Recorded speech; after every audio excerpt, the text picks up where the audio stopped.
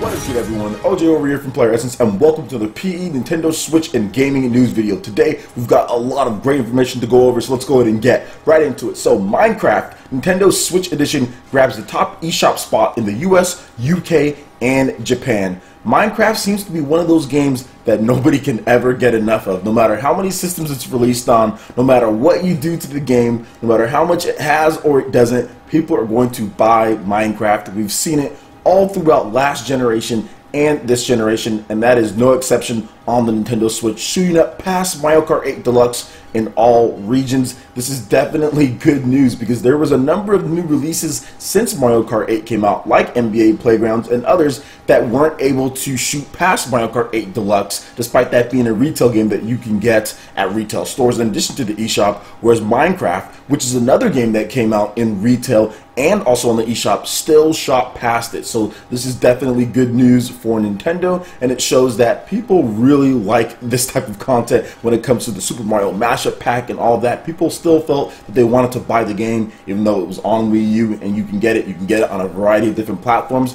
But I think the most unique thing about the Nintendo Switch is that it is a portable and a home console, so you can take it anywhere, and that really showed. And Minecraft should be in the top 10 or top 15 as far as the eShop charts for a very long time. I don't see it really disappearing. Maybe it won't be number 1 or number 2, but it'll definitely be in the top 10 just because of the style of game that it is. So did you guys pick up Minecraft on the Nintendo Switch? Let me know in the comment section below. And moving on to the next article, we have some Project Rap backtracking Ribbit going on here. So no, getting into this article here, Project Rap Ribbit is re-examining the Nintendo Switch Kickstarter stretch goal after a lot of backlash. So the following information comes from the Kickstarter page for Project Rap Ribbit. Firstly, another huge thank you to everyone who backed, shared, liked, commented, or even simply looked at Project Rap Ribbit so far. We've been blown away by the response since we first unveiled Project Rap Ribbit 4 days ago. Over the last 24 hours, we've been taking the time to digest all your comments, wishes, and feedback,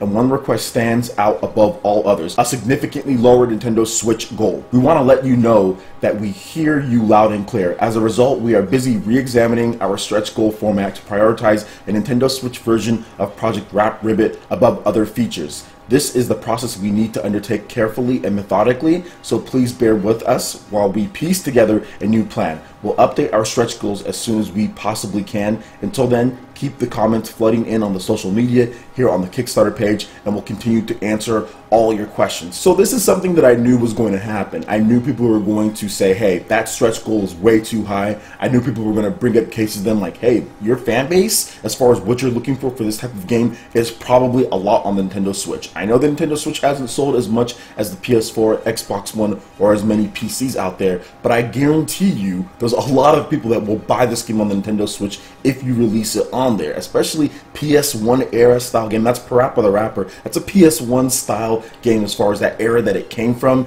and the PS2 got like the sequel and nobody bought it on there, and I don't even know why the Xbox One was prioritized at all. I don't think there was really any Xbox dudes, maybe a few, that were asking for this. So as you can see here, the feedback for a lot of them were, hey, we want to see a Nintendo Switch goal and a lot lower one. So now they're understanding where their fan base is. Their fan base is with the PlayStation 4, because I know the original Parappa the Rapper on PlayStation. Okay, get that. Also, Gitaru Man, fine, on PlayStation. But also, a lot of your fan base is going to be on Nintendo Switch because of the style of system it is, because of the type of game that you're making. So I'm glad that they understood that, yeah, you want to prioritize the Nintendo Switch version over an Xbox One version or an extra level or two. Like, make sure you get that out on there, hit that stretch goal, then start adding all the other stuff on there, because then you're going to get more people to get to your Kickstarter in the first place. A $5 million stretch goal for the Nintendo Switch was absolutely absurd. I'm not sure why they even came out with that in the first place.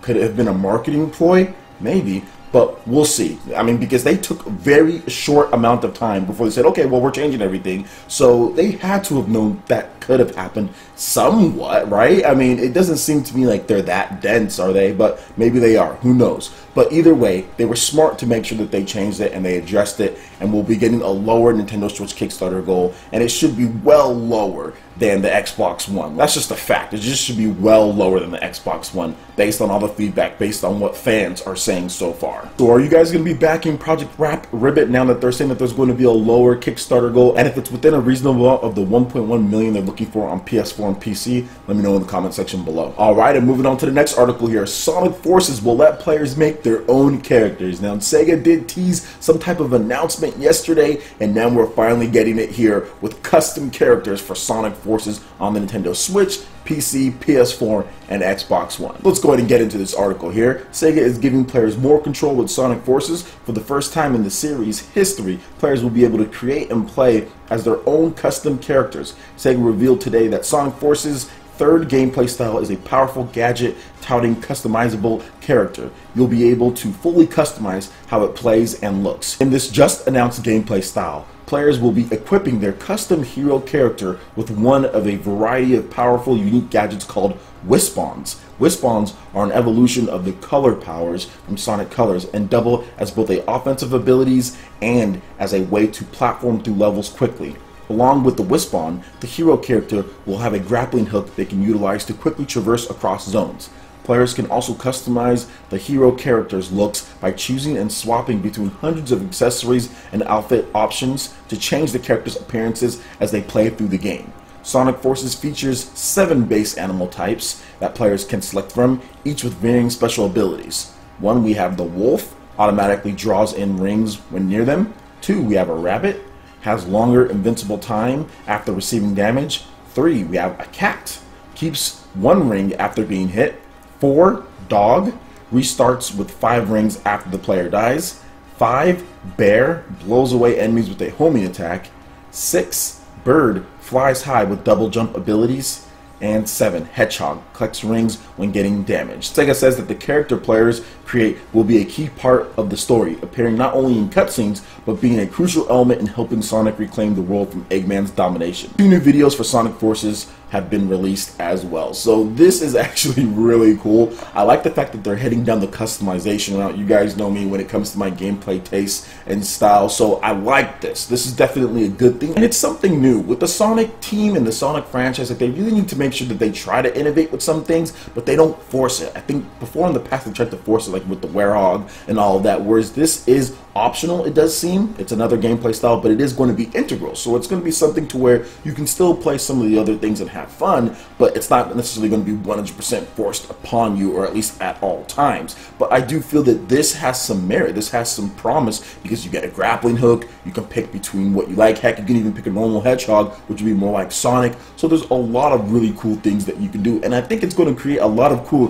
YouTube videos and stuff that people do as far as their own gameplay, because everyone's going to customize their characters differently, especially with all the different options that you have here. And if you see the trailer, you can see people are going to look very different. Not everyone's going to like a tall red cat looking hedgehog thingy, so there's going to be a lot of different stuff that you can do. So I'm actually excited for this, and it makes me more hopeful for the game. But once again, I do not want to fall into the Sonic cycle like we always do. I'm excited, but at the same time, I'm going to definitely keep my expectations in check. I'm not going to sit here and say, oh, this is going to be the best thing ever like I did with other Sonic games, and it turns out wrong. But I do feel that they are going in the right direction with this Sonic game, especially with this whole customization thing and being able to have certain powers based on whatever style or animal that you pick. So what do you guys think about this in addition to the new gameplay footage? I would love to hear you guys' comments below. Alright, and lastly, we do have a surprise announcement here. So there will be an ARMS Direct announced for tomorrow, which will include a new Splatoon 2 trailer as well. So here's what Nintendo has to say on the matter. Tune in May 17th at 3 p.m. PT/6 p.m. ET for a Nintendo Direct presentation providing a deep dive into the upcoming ARMS game for the Nintendo Switch, plus a new trailer for Splatoon 2. So this is really awesome stuff here. I cannot wait for this. I'll be live streaming it as far as my live reaction to the Direct right here on my channel, 3 p.m. PT, 6 p.m. ET, so look forward to that. we're probably still going to have some live streams for PE Arena. I'll probably push that to a little bit earlier, so we might play something, we might not. Just depends on how the day goes for me and what type of workload we got with the news coming out. But this is really good. More ARMS characters, maybe they announce another character or two, more stages. They've been slowly revealing things here and there, but I do feel this is going to be a nice info dump. But not everything, but we might hear more as far as maybe even the 8-player thing that kind of came up the other day. So we'll see what happens, but I'm excited for ARMS. The game just looks amazing. There's a lot of variety with the gameplay that they've even shown off so far, and I'm looking forward to seeing what they have to offer in this ARMS Direct. And a new trailer for Splatoon 2. That's going to be really interesting. What are they going to show off? I think we're finally going to get our first look at the single player for Splatoon 2, the campaign mode, because they haven't showed it yet. They've shown the online multiplayer, which you've seen. Not everything, but we've still seen that. They've shown off the horde mode that they're going to have in the game. So I think all that's left really is the single player campaign. So maybe we get a brand new trailer for that.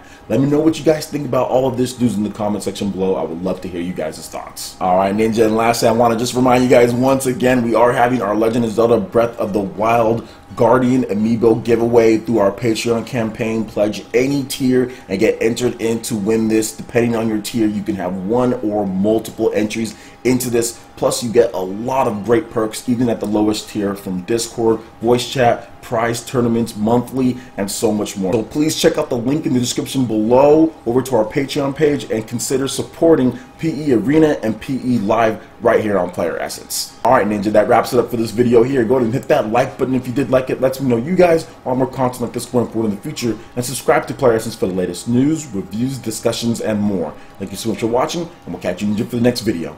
Peace!